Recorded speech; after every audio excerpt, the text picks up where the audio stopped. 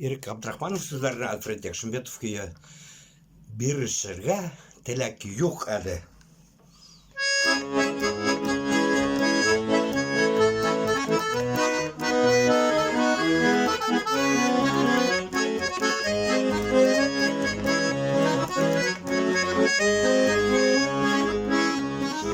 Ömür yıllarında, durmuş yıllarında her şakakta aşık durmadı.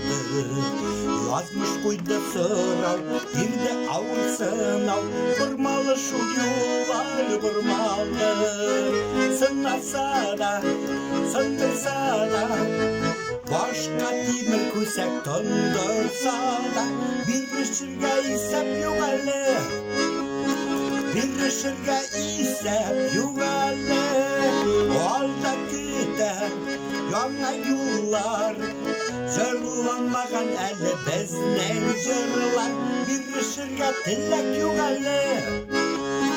Bir şırga tilek yuvalı.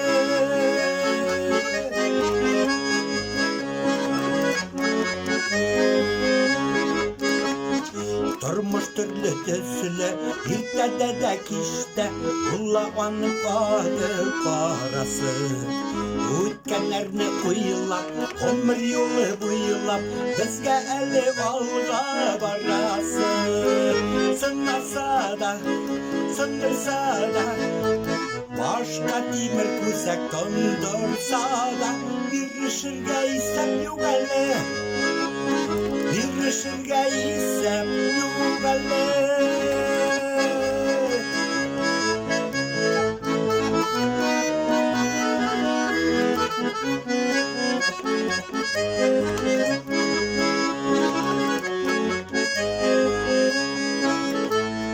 Kaygıdan kaygırma, sağıştan sargayma, vakıtından alda kortayma. Ömür bitber gene, utaşı dizgine, uzmaz deyip hiç de uylama.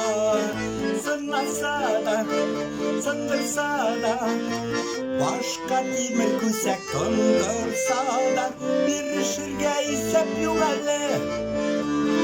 Bir şırga isep yuvalı, olda gider yana yollar. Zırlanmagan eli bezden zırlar, bir şırga tilek yuvalı. Bir şırga tilek yuvalı. Bir şırga tilek yuvalı.